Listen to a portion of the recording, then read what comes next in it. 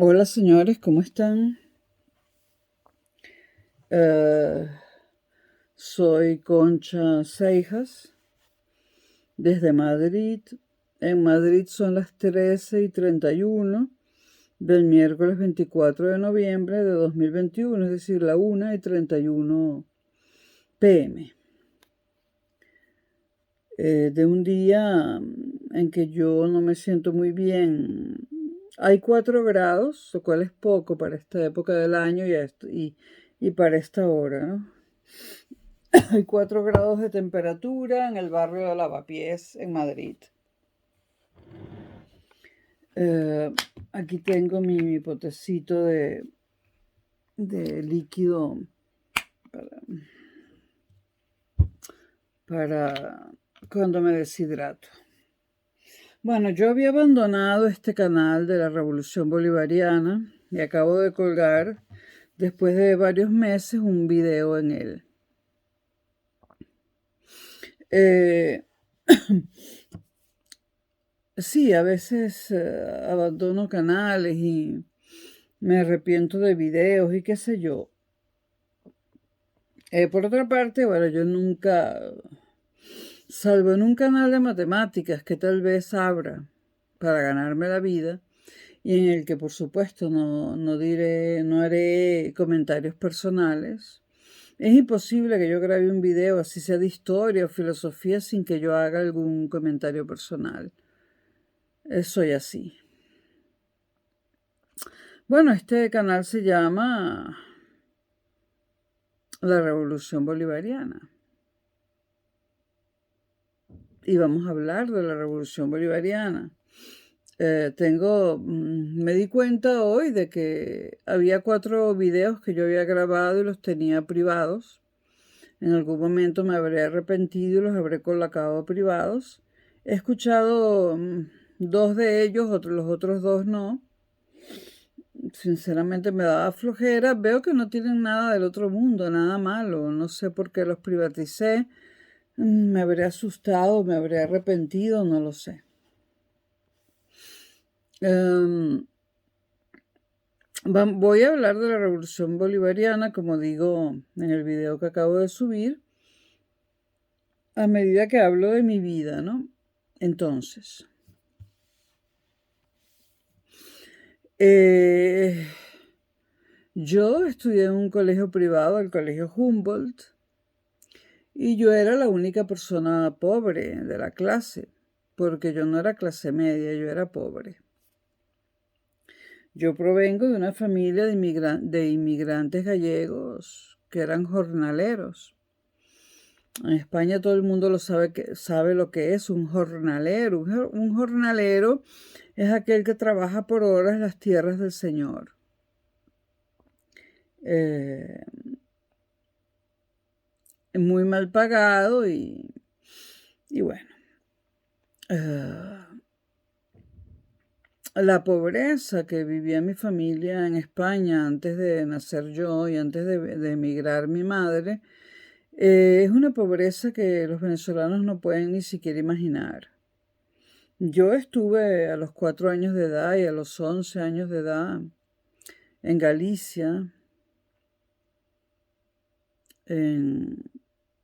y conocí los lugares donde nació mi familia y donde todavía vivía cuando yo vine en aquel momento. Y bueno, yo detestaba estar aquí porque la pobreza era tal que yo estaba espantada. Estamos hablando del régimen de Franco, ¿no? Y eso que estamos hablando después del año 61, cuando él por fin hizo una apertura económica, digamos que acorralado ya por los Estados Unidos. Tuvo que abandonar su política económica autárquica y, y hacer una pequeña apertura. Este, eh, Cuando llegué a España por última vez en el año 2005, y todavía estoy aquí, han pasado 17 años, casi 18, bueno, cuando yo llegué hace casi 18 años a España, yo visité el pueblo, la aldea, como se dice aquí, donde había nacido mi madre, y un primo mío me llevó y la aldea pues ya no existe, ¿no? En su lugar pues hay un montón de piedras, maderas podridas y alambre, ¿no? Porque esas casas tenían piso de barro y eran hechas con piedra, madera y una especie de alambres para mantener las piedras juntas. Mi madre nació en una casa de piedra y madera con el techo, con el piso de barro. Nunca supo lo que era un calefactor, ni la calefacción, ni tener un abrigo de invierno. De hecho, era una mujer muy fuerte físicamente. La fortaleza la adquirió aquí en España, cultivando las tierras del Señor, incluso en invierno y sin abrigos, como me lo contó muchas veces.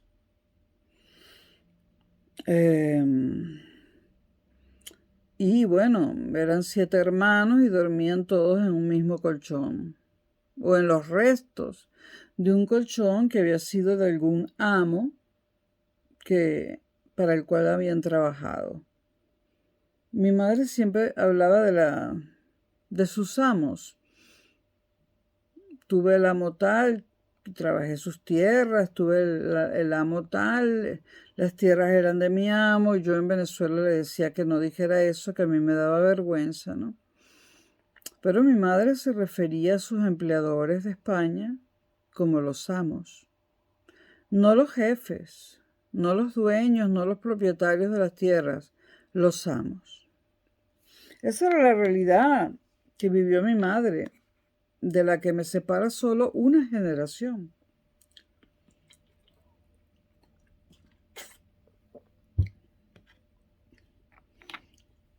Mi madre estuvo muy influenciada por su abuelo, por su padre, mi abuelo Benito. Mi abuelo Benito emigró en el siglo XIX, finales del siglo XIX, emigró a Argentina, a Buenos Aires. Allí pasó 40 años y regresó a España sin nada, sin dinero. Pero como lo relato en el libro que estoy vendiendo en Amazon desde el 2015, mi abuelo regresa a España, mi abuelo materno regresa a España con un traje de panilla, una pajarita y una pipa.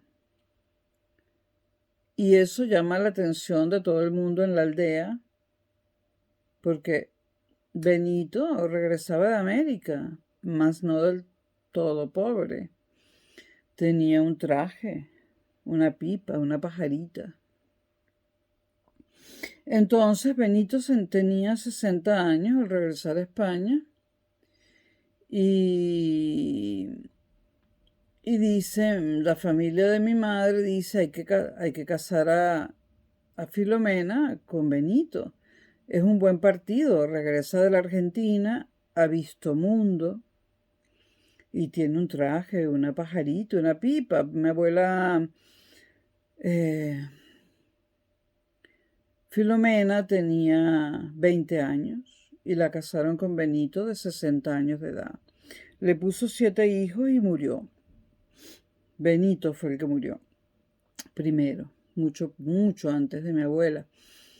Mi madre adoraba a su padre y siempre contaba lo que él le contaba sobre la Argentina. Y mi madre no se cansó nunca de contarme todo lo que su padre le contaba sobre la Argentina, lo cual hizo que a mi madre se le metiese en la cabeza la idea de ir a América, ¿no? Porque mi abuelo le hablaba del cine, le decía en Buenos Aires yo iba al cine, y allí en esa época en Galicia nadie sabía ni lo que era el cine, Y mi papá, mi abuelo, que no lo conocí porque murió antes de nacer yo, mi abuelo Benito le contaba a mi madre que iba al cine y de hecho le puso nombres de actrices de cine a todas sus hijas. Algunas actrices de cine argentino. Eh, en un momento dado, mi madre decide emigrar. Siempre fue ambiciosa, no olvidaba al abuelo, a su padre, sufrió mucho con su muerte. Ella decía, mi padre era un santo. Mi padre era el mejor hombre que he conocido en la vida. Mi madre quería mucho a sus padres, ¿no? Y admiraba a su padre Benito. Mi madre decide emigrar a Cuba y empieza a realizar los papeles. Pero cuando se va a venir a Cuba, cuando se va a ir a Cuba, llega a España el rumor de que hay unos barbudos en la Sierra Maestra que van a tomar el poder en Cuba y que no se sabe qué es lo que pretenden, ¿no? No se sabe cuál es su ideología. Bueno, total que mucha gente que se iba a ir a Cuba desde Galicia cambia el destino hacia Venezuela. Y mi madre cambió su destino también hacia el puerto de La Guaira.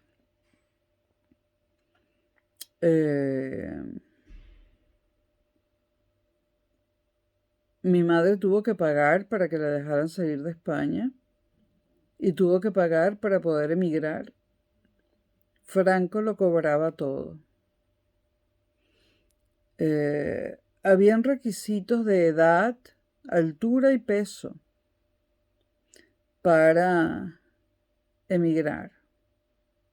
Ese era un convenio que hubo entre Franco y Pérez Jiménez. Tenían que ser personas menores de cierta edad, porque supuestamente en Venezuela cultivarían la tierra. Tenían que ser personas de cierto peso, no podían ser obesos, aunque eso no fue problema. En España no había obesos, no obesos pobres, porque pasaban hambre. Pero mi madre no cumplía con el requisito de la altura. Había que medir mínimo 1,60 m. Ella medía menos. Mi madre era bajita. Entonces, 1,53 m medía.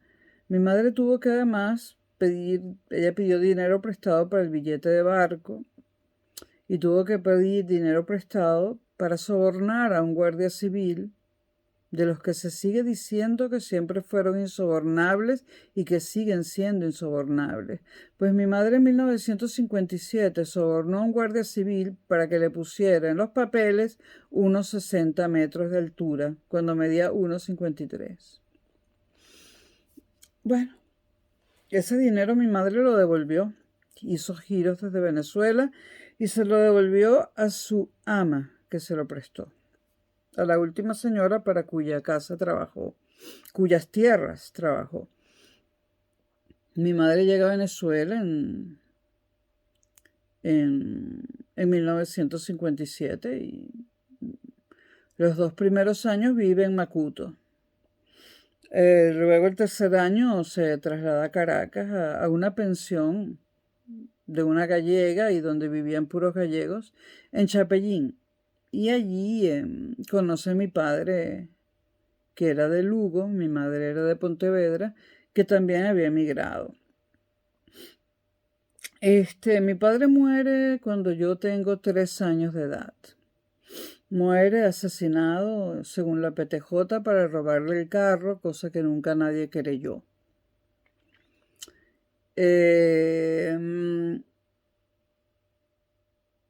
Durante los primeros 19 años de mi vida, mi madre trabajó mucho y yo estudié en un colegio privado. Pero después, a los 19 años, cuando ya yo tenía un año en la Universidad Simón Bolívar y y las notas no podían ser mejores, eran excelentes. Bueno, mi madre estaba cansada de un trabajo que ella hacía, que era un trabajo prácticamente de esclava y que lo hacía por mí. Y nos mudamos a un apartamento muy pequeño y en un edificio tipo Corrala, el edificio más pobre de toda la Carlota. Un edificio donde incluso vivían delincuentes. Nos mudamos allí y mi vida cambió totalmente. Yo me deprimí terriblemente. Y los siguientes años en la Simón Bolívar ni siquiera iba a clase, pero me metí en todas las actividades que tenían que ver con literatura, cine. Prácticamente me gradué de ingeniero de materiales sin ir a clase, no me importaba pasar con la menor nota. Para mí la Simón Bolívar fue, después de ese primer año de gloria, la Simón Bolívar fue un lugar horrible y fue una época de tormentos y displaceres, de tormentos y... ¿Por qué bajé las notas? Bajé las notas porque además yo no estaba segura de querer estudiar allí, me iba muy bien y yo pensaba sacar un título de la Simón, pero no ejercer la carrera.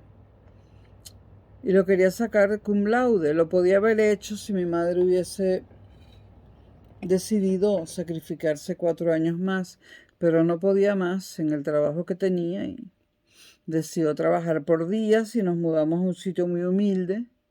Y entonces todos esos años en la Simón Bolívar, aparte del primero, fueron años en los que vivimos muy mal. Yo prácticamente en todo el tiempo que estuve en la Simón Bolívar, que fueron más de 5 años, me cambié de carrera 7 veces, pasé depresiones terribles, prácticamente estuve 7 años deprimida, pero terriblemente. Nunca llegué a tiempo a una clase. Lo más temprano que yo llegaba a la Simón Bolívar era a las 12 del mediodía, como mucho.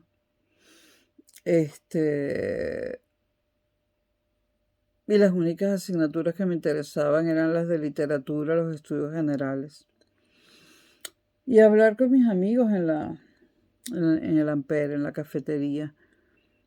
Yo en la Simón Bolívar fui una atormentada, pasé hambre, cosa que nunca le dije a mi madre, y en esa época yo pasé mucha hambre y cuando un día se lo eché en cara a mi madre, cuando yo tenía como 40 años o 35, ella asombrada me dijo, pero nunca me lo dijiste, yo pensaba que tú comías afuera y comías muy bien y que por eso no te importaba lo mal que comías en casa porque tú comías afuera, yo pensé que tú comías mejor que yo. Y yo le dije, mamá, tú siempre pensando de mí lo que no es. Le dije, en primer lugar, yo era una persona que nunca me quejaba. Le dije, en primer lugar, mamá, yo nunca me quejé, porque no soy así. Ahora sí, pero en aquella época no. Yo tardé mucho en ser una persona que se queja. Yo le dije, mamá, yo era una persona que no, yo soy una persona que no me quejo. Pero como me estás acusando o echándome en cara un montón de cosas que tú no sé de dónde has sacado, o cosas que tú has inferido bajo hipótesis falsas, déjame informarte que yo pasé un hambre hereje mientras fui estudiante de la Simón Bolívar, porque a esa edad se tiene mucha hambre. Y cursar una carrera en la Simón Bolívar no era cosa fácil. Necesitabas estar bien alimentado, bien bañado, bien dormido. Y yo empecé a comer muy mal y comida muy poco nutritiva y poca. Y a dormir mal y tenía una cacharra, un coche, un carro de tercera mano que me dejaba tirada en todas partes. Yo vivía empujando el carro para que encendiera.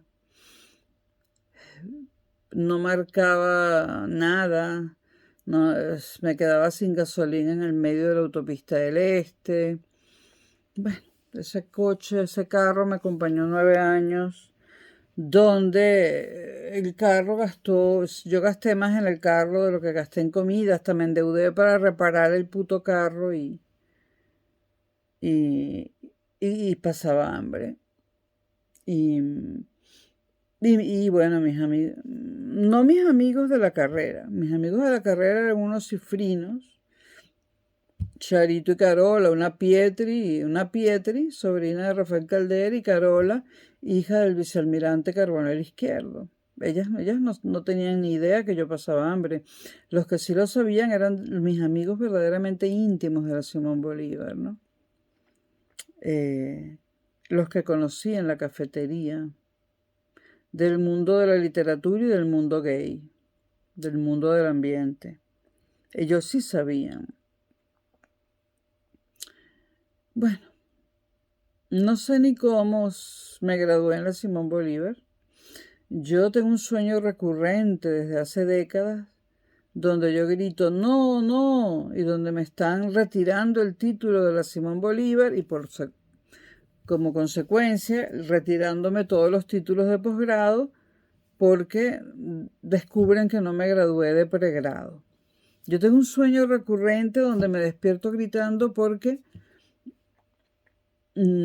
se ha descubierto que no me gradué nunca de ingeniero. Es un sueño recurrente, ¿no? Y es que no sé ni cómo me gradué. Con el hambre que pasaba, con la depresión que cargaba y con el tormento en el que vivía.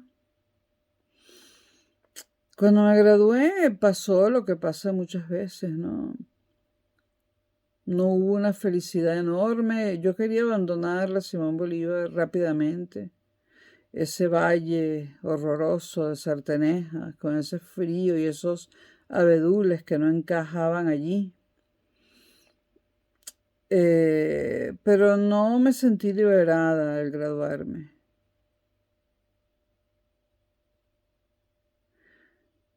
Y bueno, trabajé aquí y allá y luego conseguí una beca para el IESA. Por supuesto, yo no quería ni ser ingeniero ni tener un posgrado en el IESA. Mis inclinaciones eran otras, la literatura, la filosofía, pero necesitaba ganarme la vida. Trabajé todo el tiempo que estudié en la Simón Bolívar y le daba prioridad al trabajo cuando tenía que ir a clase o algo así, le daba prioridad a los trabajos que tuve, que eran trabajos donde yo era total y absolutamente explotada, porque no existía lo que existe hoy en día, que los jóvenes estudian en la universidad y pueden trabajar en McDonald's, en Kentucky Fried Chicken, esas cosas, ¿no?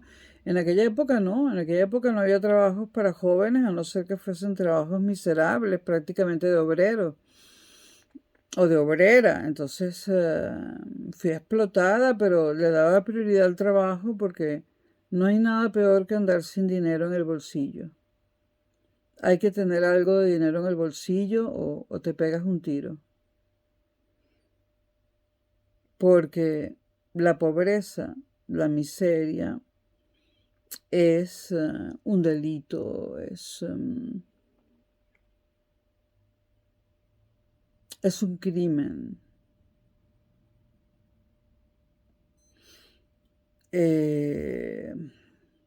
Pero ganaba muy poco.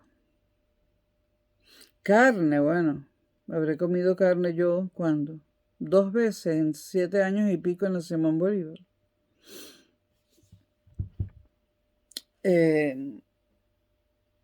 Bueno, entonces yo, y lo cuento en uno de los videos que están privados, pero lo voy a poner públicos después de que termine de grabar yo hasta los 19 años y desde que nací fui capitalista, por decirlo así.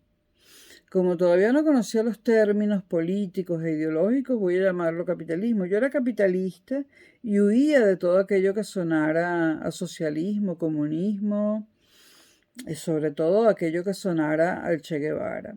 La figura de Fidel Castro no me molestaba tanto, la figura del Che Guevara yo la odiaba instintivamente. Será porque todo el mundo cargaba una camiseta con su foto, la foto de Korda, y porque demasiada gente lo admiraba y yo nunca voy por donde van las masas, ¿no? Sin embargo, Fidel me hacía reír cuando cuando lo veía en la televisión con sus discursos que más cínicos no podían ser, pero el cinismo de Fidel Castro me hacía reír y me reía yo a carcajadas. Mi madre se molestaba porque las tías de mi madre emigraron a Cuba. En Cuba conocieron a dos gallegos con los que se casaron y se volvieron ricas las dos en tierras azucareras. Llegaron a ser terratenientes en Cuba con grandes cultivos de azúcar. Y cuando Fidel Castro llegó al poder, se los quitó todo. Y no solo les quitó las tierras, sino también los hijos. Ustedes saben que la Revolución Cubana cría a los niños, ¿no? Y se los quita a sus padres. Mi madre odiaba visceralmente a Fidel Castro. Si había alguien a quien no podía ver, era Fidel Castro. Sin embargo, mi madre sentía una admiración extraña por el Che Guevara y siempre se la pasó repitiendo que el Fidel Castro lo había matado. El Che Guevara parece que estuvo en Caracas después del triunfo de la Revolución Cubana y desfiló en un carro descapotable por la Avenida Libertador y mi madre me cuenta que ella lo fue a ver y que ella estaba en primera fila y cuando pasó el carro con el Che Guevara ella aplaudió a rabiar. Mi madre no creía que el Che Guevara y Fidel eran comunistas. Ella, cuando estaban en la Sierra Maestra, ella pensaba que querían liberar a Cuba de una dictadura. Cuando Fidel Castro da el giro y confiesa que ha hablado con la Unión Soviética y que se ha adscrito al marxismo-leninismo, mi madre pasó a detestar instantáneamente a Fidel Castro, cesó la comunicación por carta con sus tías, no le volvieron a escribir. Nunca más se supo de ellas. Hubo una carta que sí llegó donde le contaban que le habían quitado las tierras y a los hijos, pero después nunca más se supo de ellas. En 1998, antes de que ganara Chávez la presidencia, yo estuve en Cuba por única vez y traté de averiguar el paradero de las tías de mi madre, pero fue imposible, no logré averiguar nada. En Cuba no hay información para un turista. Yo estaba con pasaporte de turista allí, con visa de turista, en un congreso universitario al que me envió la Simón Bolívar, la Universidad Simón Bolívar. Entonces, ¿qué pasa después de los 19 años? Después de los 19 años, yo conozco, no el hambre, porque yo comía, pero sí el no poder comer lo suficiente. Empecé a conocer lo que significaba no comer lo suficiente, no poder comer proteínas. Adelgacé terriblemente. Todos los años que estuve en la Simón Bolívar yo era un palito. Flaca, daba pena. Casi no tengo fotos de esa época, no tengo ninguna, porque estaba tan flaca que sentía pena de mí misma, no me dejaba fotografiar. No compré nada de ropa durante todos los años que estuve en la Simón Bolívar. Seguí usando la ropa de cuando era adolescente y la ropa mi madre me la remendaba o me la apretaba o me la ampliaba. Ella me surcía toda la ropa, ¿no? Habré comprado 2 o 3 cosillas por ahí baratas y nada más.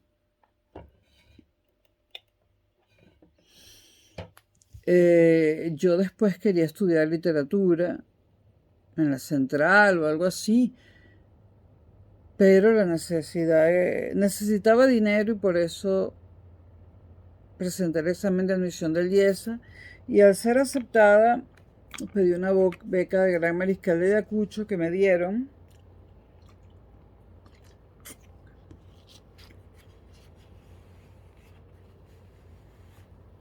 Qué elegante, ¿no? Eso dirán mis amigos del colegio. Ay, qué poco elegante la Concha.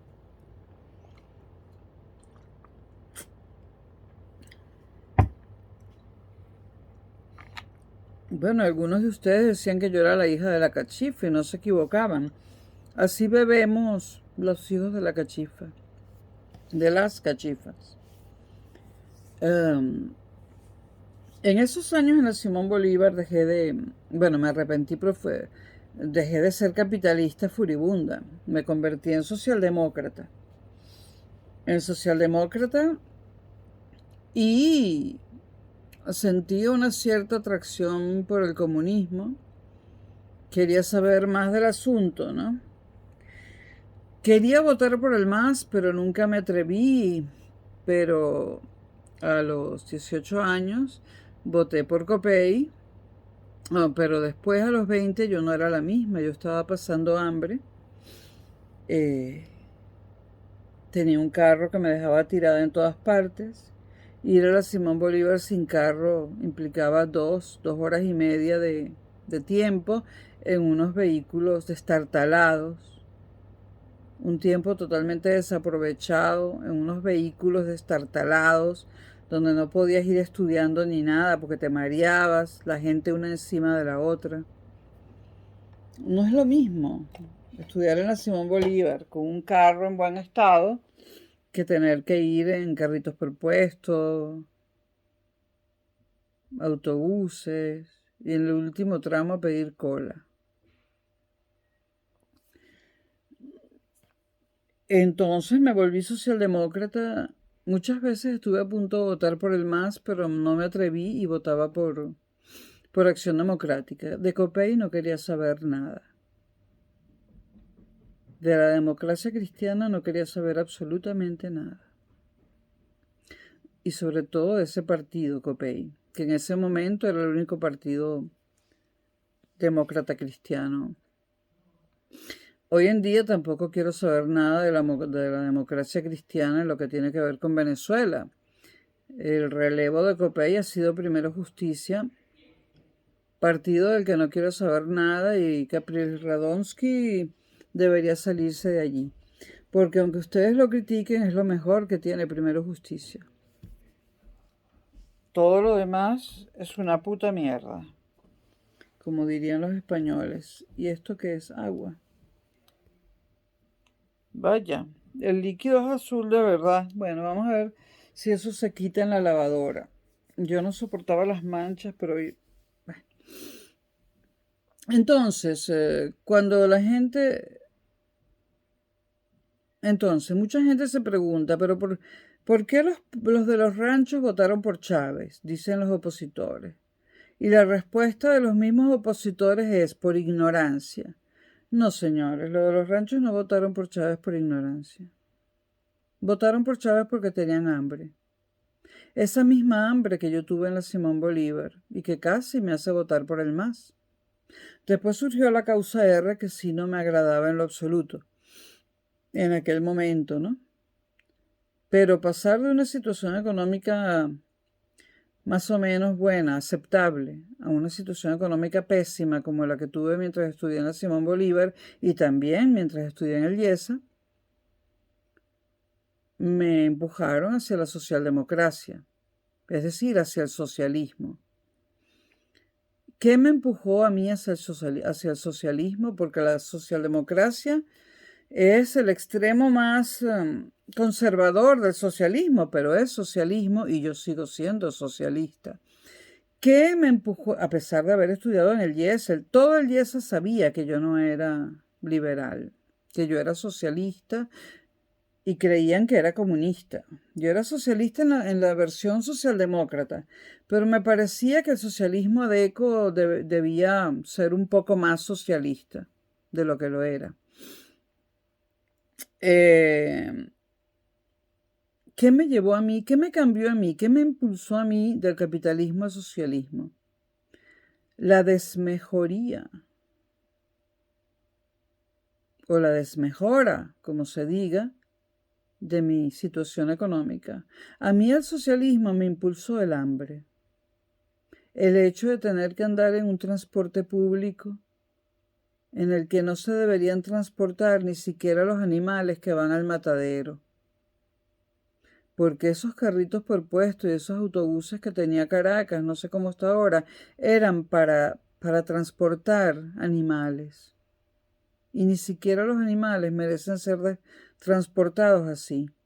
¿Cómo era posible que en un país tan rico no hubiera un sistema de transporte decente y tuviésemos que ir colgando con las manos afuera, las piernas colgando en la puerta de un carrito por puesto? Y esos autobuses Bluebird, incómodos, que si caían en un hueco te partías el culo. ¿Cómo era posible que un país tan rico tuviera la clase media, media baja y a los pobres transportándonos en carrito por puesto, en esos autobuses tan incómodos y en los jeeps que subían a los ranchos? ¿Cómo era posible que en un país tan rico no hubiese un transporte decente? Claro, yo militarista nunca fui, era pacifista y siempre tuve una animadversión terrible contra los militares. Por eso el 4 de febrero del 92 sentí odio por primera vez en mi vida, un odio feroz contra Hugo Chávez. Porque yo quería cambiar el país, pero no mediante golpes de Estado y no para dárselo a los militares. Pero estoy contando esto porque los que dicen que el pueblo venezolano votó por Chávez por ignorancia son unos ignorantes. No es ignorante el pueblo venezolano, los ignorantes son los que dicen esa estupidez, como María Corina, como Leopoldo, ¿no? La gente votó por Chávez porque tenía hambre. La gente votó por Chávez porque estaba harta de los carritos por puesto. La gente votó por Chávez porque quería que sus hijos tuvieran cupos en las universidades. La gente votó por Chávez porque estaba harta de subir 2000 peldaños para llegar a su casa, que era un rancho, y que en la puerta del rancho un malandro del barrio les quitara el dinero que acababan de ganar. La gente votó por Chávez porque las cachifas, como dicen los ricos venezolanos, tenían que subir a pie, todo Alto Prado para llegar a limpiar una casa. Después de subir todo Alto Prado a pie, todavía tenían que tener la energía para limpiar una casa y volver a bajar a Alto Prado a pie mientras pasaban los cifrinos jóvenes en sus carros y les gritaban: «¡Camine, cachifa, camina!». Yo misma lo vi, yo misma lo escuché, lo hacían mis amigos. «Ahí va la cachifa, camina, camina, marginal, camina». Y nunca se paraban a darle la cola. Iban para su casa y la dejaban subiendo a pie. Y lo mismo me pasó a mí cuando daba clases en la Universidad Metropolitana. Yo no tenía carro ya y yo tenía que subir un montón de escalones para llegar a la Universidad Metropolitana. Además, desde la entrada, donde me dejaba el carrito por puesto, tenía que pegarme una subida antes de los escalones y pasaban mis alumnos. Me miraban y se reían, pero no se paraban. No me llevaban hasta arriba. Y cuando yo llegaba al salón, yo estaba sudando por todos los 4 costados y ellos allí fresquitos como una lechuga, murmurando: «Ya llegó, ya llegó, ya subió todos los escalones». Eso a personas como Angelina Yafé, defensora del general Rosendo, y que además es asesora de la Universidad Metropolitana, le parece bien, porque ella está casada con Gabriela Rangel. Estos son personajes públicos. Se pueden mencionar porque son personajes públicos. Angelina Yafé es actualmente la embajadora de Guaidó en Luxemburgo. Y Gabriela Rangel es una muy conocida curadora de museos, directora de museos, especialista en artes plásticas, cineasta, un personaje muy conocido del mundo de la cultura venezolana. Ellas están casadas, viven en Nueva York, lo que no le impide a Angelina Jaffe ser miembro del gobierno paralelo de Guaidó. Son personajes públicos, así que los puedo mencionar. A Angelina la conozco desde que tenía ella 5 años y yo 6. Pero eres un personaje público, así que deja de estar pidiendo privacidad, porque si tú quieres tener una vida privadísima, no podías haber defendido a Rosendo, porque obviamente la abogada principal del general Rosendo no puede no ser un personaje público. Y te doy las gracias por defender a Rosendo. Yo admiraba a Rosendo, pero tú, en el momento en que decidiste ser abogada de Rosendo, te convertiste en personaje público. Es más, lo eras desde antes. Cuando ampliaste, bajo el segundo gobierno de Carlos Andrés Pérez, cuando lograste la ampliación de los límites marítimos de Venezuela, cosa por la que te felicito.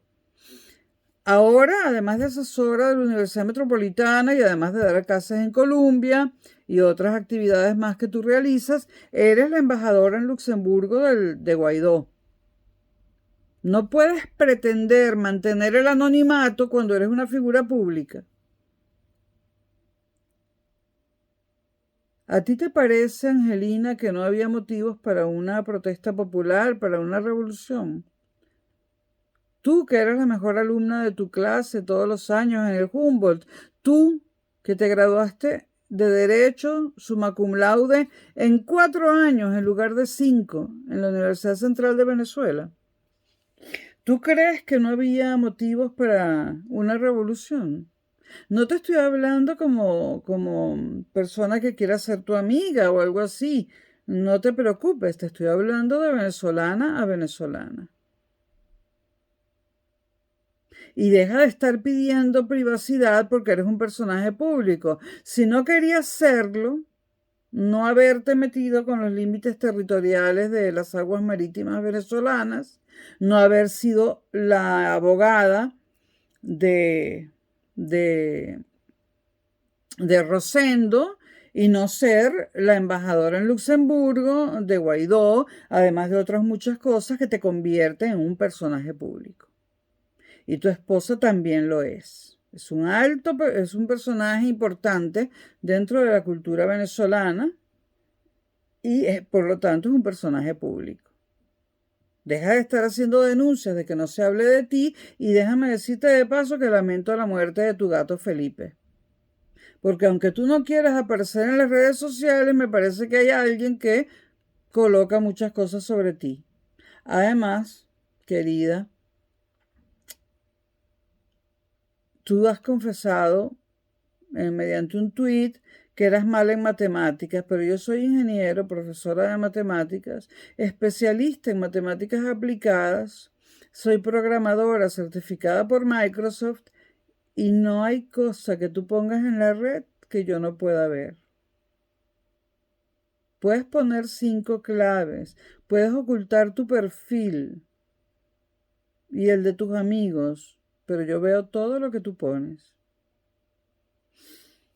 Así que deja de menospreciarme, querida. ¿Por qué hablo de mí? Bueno, estoy tratando de explicarles que así como yo tomé la decisión de ir al IESA y de hacerme rica para dejar de pasar trabajos,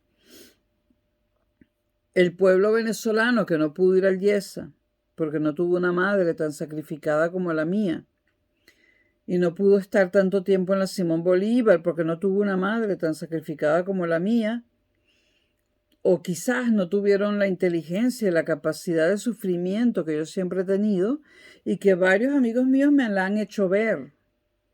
El primero que me la hizo ver fue Antonio Mendoza Walsh, que Antonio, si me estás escuchando, te saludo. Antonio me dijo una vez en Roma, refiriéndose a una cosa que yo le dije, me dijo, tú ese objetivo lo vas a lograr con tu consabida disciplina. Sí, siempre he sido muy disciplinada. Se podía venir el mundo sobre mí, Podían decirme que no llegaría al escalón número 10, pero yo seguía y seguía y seguía. Aunque me estuviese muriendo, yo seguía. Siempre he sido disciplinada. He sido disciplinada, la disciplina a millón, me lo decía también mi psicoanalista. Siempre he sido disciplinada. Siempre he trabajado muchísimo en lo que fuera. Yo un día era profesora de la Simón Bolívar, decía algo que no le gustaba a la gente, me echaban y al día siguiente me veías vendiendo pantaletas traídas de Colombia sobre el capó de un carro en las Mercedes. Yo siempre pa'lante,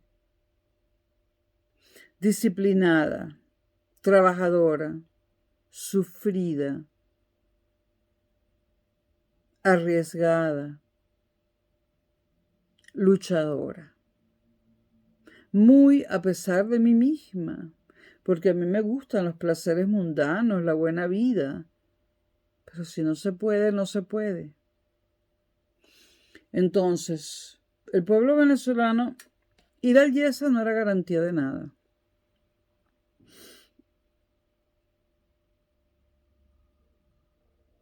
Bueno, desde que, estoy hablando de mí, ¿no? Bueno, vamos a concluir la cosa. O sea, hasta los 19 años, capitalista, vamos a llamarlo así.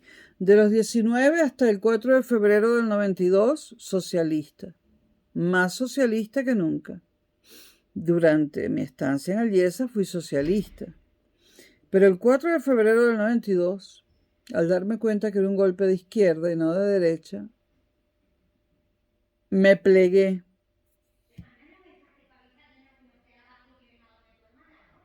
Me plegué. La gente pegando gritos. Me plegué. Concha, es que la gente... Bueno. Vamos a ver si termina de subir las escaleras esa persona. Bueno. Desde los 19 años hasta el 4 de febrero, o sea, desde 1979 hasta el 4 de febrero del 92, yo era socialista y cada vez más socialista. Pero el golpe de Estado me asustó tanto que enseguida me plegué a los que ni siquiera eran mis amigos, como lo veo hoy en día. A los que eran mis enemigos me plegué a la defensa de la democracia. Y me puse al lado del liberalismo, de la economía de mercado y de todo aquello que había criticado en los años anteriores, porque consideré que salvar la democracia venezolana e impedir que los militares llegaran al poder era mucho más importante que mantener una ideología política. Y entonces me convertí en una persona, en una liberal. Es como una reacción a los golpes de Estado. Y fui una liberal, era una liberal cuando salí de Venezuela y lo fui aquí hasta el año 2011, cuando corté con la oposición venezolana. Desde los 2011 para acá vuelvo a ser socialista, socialdemócrata, aunque no siempre vote por el socialismo. Y bueno, ese es más o menos un resumen de mi ideología, pero lo puedo afinar mucho más. No es tan simple. No es tan simple como lo acabo de decir, capitalista, socialista, liberal, vuelvo a ser socialista. Yo creo que yo no quiero que la palabra socialista siga siendo usada peyorativamente. Es injusto. Los socialdemócratas también somos socialistas. Europa entera es socialista, aunque no gobiernan los socialistas en muchos lugares, porque para mí el socialismo es economía de mercado, pero con estado de bienestar. Y si hay que regular algún producto por el interés público, se regula. Es decir, no es una economía de mercado que hace lo que le da la gana, incluyendo el sector financiero. El sector financiero hay que regularlo, porque está causando graves problemas y distorsiones en la economía que hacen a los pobres cada vez más pobres, a los ricos cada vez más ricos, y cada vez no solamente los pobres son más pobres, sino que más gente se convierte en pobre. Entonces, tengo derecho a decir que soy socialista sin que me comparen con Stalin o con Fidel Castro, porque soy socialdemócrata y estoy harta de que la palabra socialismo se use peyorativamente. Entonces, ¿qué es lo primero? ¿Dónde yo comienzo? O sea, ¿en qué momento yo me encuentro con una persona, aunque ya había personas en mi vida que estaban en el MBR 200, pero yo no lo sabía? Pero en 1982 u 81, no lo recuerdo con exactitud, creo que fue en el 82, en un curso libre de la Simón Bolívar llamado La Poesía de Rimbaud, yo conocí a Reinaldo Quijada, a Reinaldo José Quijada Cervoni, que actualmente es el fundador y secretario general del partido político UPP 89, un partido político comunista, un partido político marxista, y que ya no apoya al gobierno de Maduro, pero apoya la revolución y sigue apoyando el chavismo. Al que no apoya es a Maduro. Entonces conozco a Reinaldo Quijada, que era un año mayor que yo, que venía de haber pasado un tiempo en París y otro tiempo en San Francisco, y que estudiaba ingeniería electrónica, yo estudiaba ingeniería de materiales, y coincidimos por casualidad en ese curso. El último día del curso, la cosa fue mucho más interesante, pero bueno, la última vez que lo vi a raíz de ese curso, yo nunca me había fijado en él. Él se acerca a mí y yo ni siquiera lo reconozco. Yo ni siquiera me había fijado que estaba en ese salón. Pues él se acerca a mí en un pasillo de la universidad y me dice, yo estoy contigo en el curso de la poesía de Rimbaud. Y le digo, ok. Bueno, entonces él me comunica que como yo llegué tarde, él se ofreció a esperarme para decirme que todo el curso se había ido a comer a un restaurante en La Bollera, creo que era. Y yo le di las gracias y él me dijo, si quieres te llevo, yo voy a la comida. Y le dije, no, yo tengo carro. Y entonces él me dijo, pues si quieres, como yo sé dónde se van a reunir, me sigues. Y lo seguí hasta el restaurante y ahí comimos con el profesor del curso, que era Pierre Stölke. Y después, Reinaldo y yo nos fuimos de copas por ahí con dos personas más del curso. Una de las personas iba en el carro de Reinaldo, otra iba en el mío, y terminamos en el Callejón de la Puñalada en un bar lleno de camioneros. Y los otros dos se fueron a bailar y cuando nos quedamos solos en la mesa del bar, Reinaldo me dijo, a mí no me interesaba, me dijo Reinaldo, el almuerzo, la comida. En realidad era casi que una cena. No me interesaba la comida, pero me quedé esperándote en el pasillo a ver si venías, porque era la última vez que te iba a ver y después te iba a perder de vista. Y me quedé por ti. Y yo me quedé escuchando y me dijo, me quedé por ti. Y le digo, ¿y eso qué significa? Que me quedé esperando que tú llegaras a buscar tu último trabajo y tu nota. Me quedé esperando por ti cerca de la oficina del profesor porque te quería conocer y pensé que no sabía que ibas a llegar tarde y era mi única oportunidad de volverte a ver porque no sabía si te volvería a ver. Y le digo, ya. Y entonces él me dice, es que yo me quedé esperando por ti porque tú me interesas y yo te quería invitar a salir. Y entonces yo le digo, yo estaba realmente sorprendida, ¿no? Yo le digo, ya.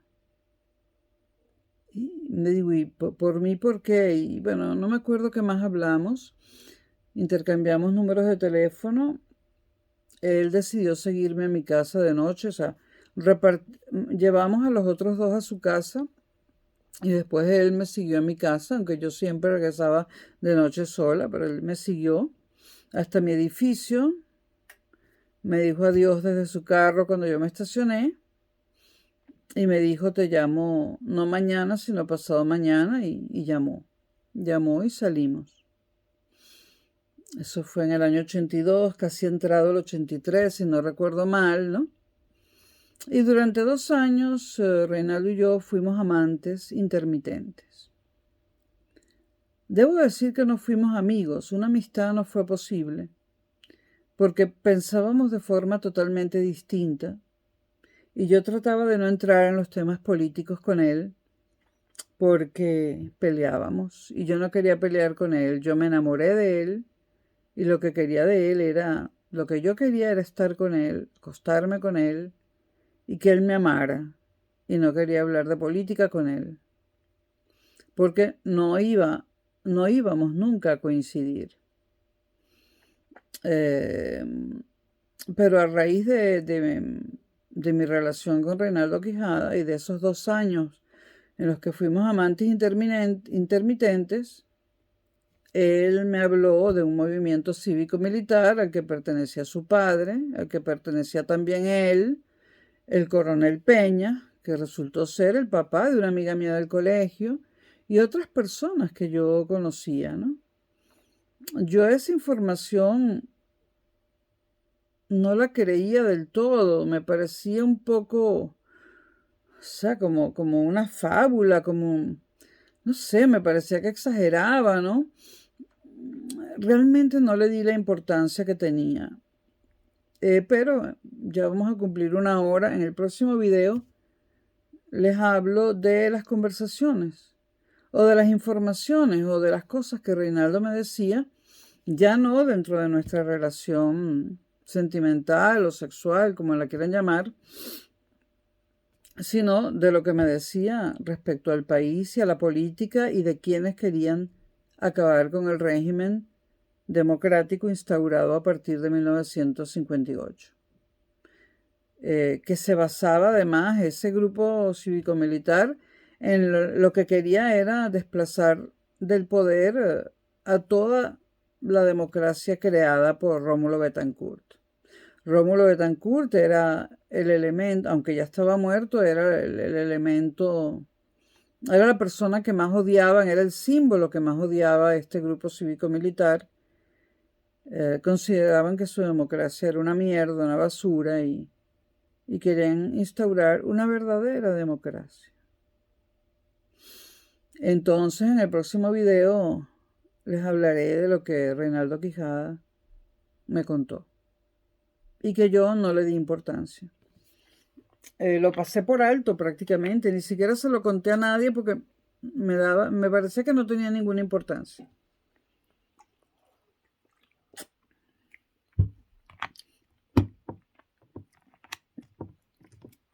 Y Reinaldo, perdóname si crees que estoy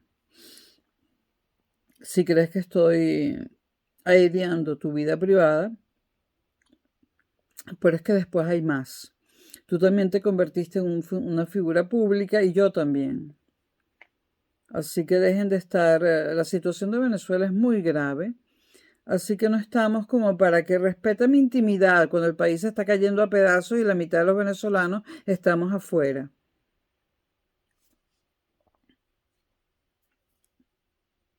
Ya ninguno de nosotros tiene intimidad, ni vida privada, ni nada. Así son las revoluciones. Acaban con todo. Hasta la próxima, señores.